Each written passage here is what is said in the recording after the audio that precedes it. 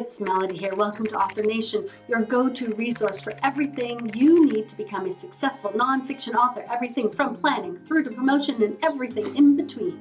In this video, we're going to talk about how to talk to your editor. A book is a team project, so take the time to talk to your editor. Lay out the expectations on each side, lay out the responsibilities on each side, figure out how you're going to communicate, how you're going to work together. These are all really, really important issues because this is a really important relationship. This person is going to be looking at your baby and pulling it apart and telling you to make changes and suggesting things could be done better. And that's hard when you've taken so long and so much time and love to write this baby that you have in your hands. Also consider deciding on how much time you need for turnaround in communication. When I work with authors, I ask for a specific turnaround. If I ask for something, please give it back to me by a certain date or a certain timeline so that we can stick to a deadline. That's really important. So work that out ahead of time. So if you have other work responsibilities, let them know that. Say like, I need this to stretch out longer. I can't do it in a shorter time.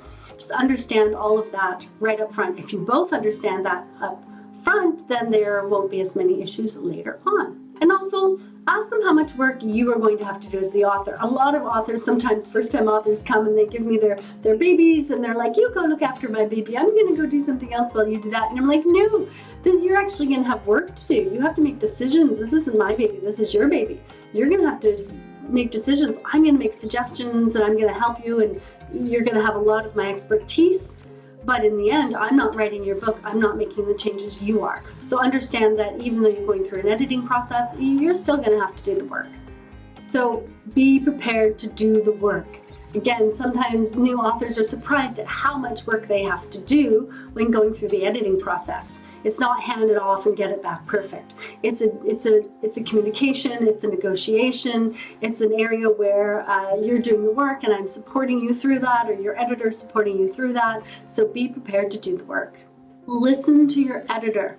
As your editor understands the market, understands the genre, understands your audience, understands what you're trying to do, and they're going to have suggestions. And again, it can be hard to hear sometimes when you've poured your heart and soul into a manuscript, but listen and try to really kind of separate yourself because it's not personal. You're not the only person who's being told you use passive too often, or this whole piece here is, could be clearer, and I think there's something missing here. You're not the only author who's heard that. Even seasoned authors with good editors will hear things like that. It's not personal. Kind of pull yourself apart from that.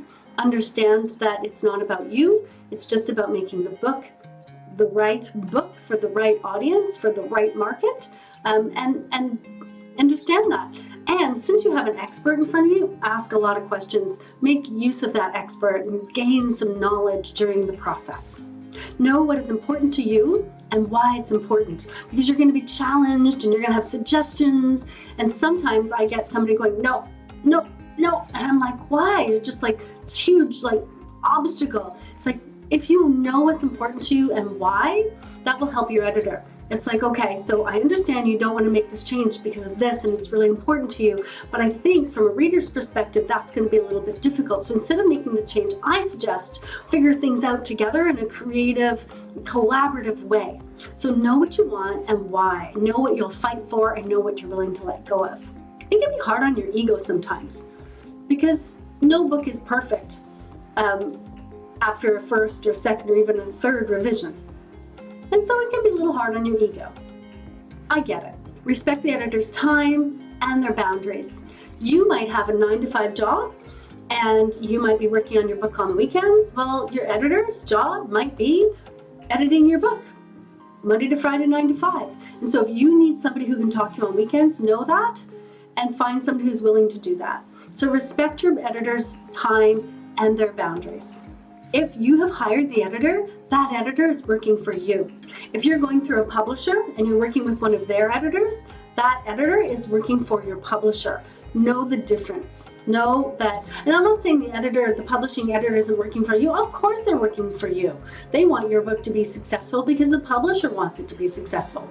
But if you hire an editor out of your own money, you have a lot more control over that.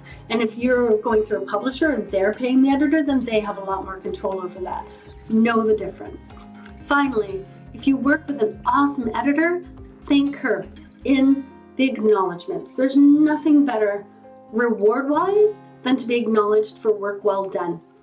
And it will also help your editor later if somebody loves your book and they're like, oh, this is the editor, and they can look them up and you type it in the old Google, then they can find the editor and the editor can get more work. Most of my work comes through referrals, and so it's really useful to be acknowledged. More goodies regarding editing, just a click away. Check them out in the description. And if this was useful, give it a thumbs up. If you have any comments or questions, I'd love to hear them. And of course, if you'd like more, subscribe.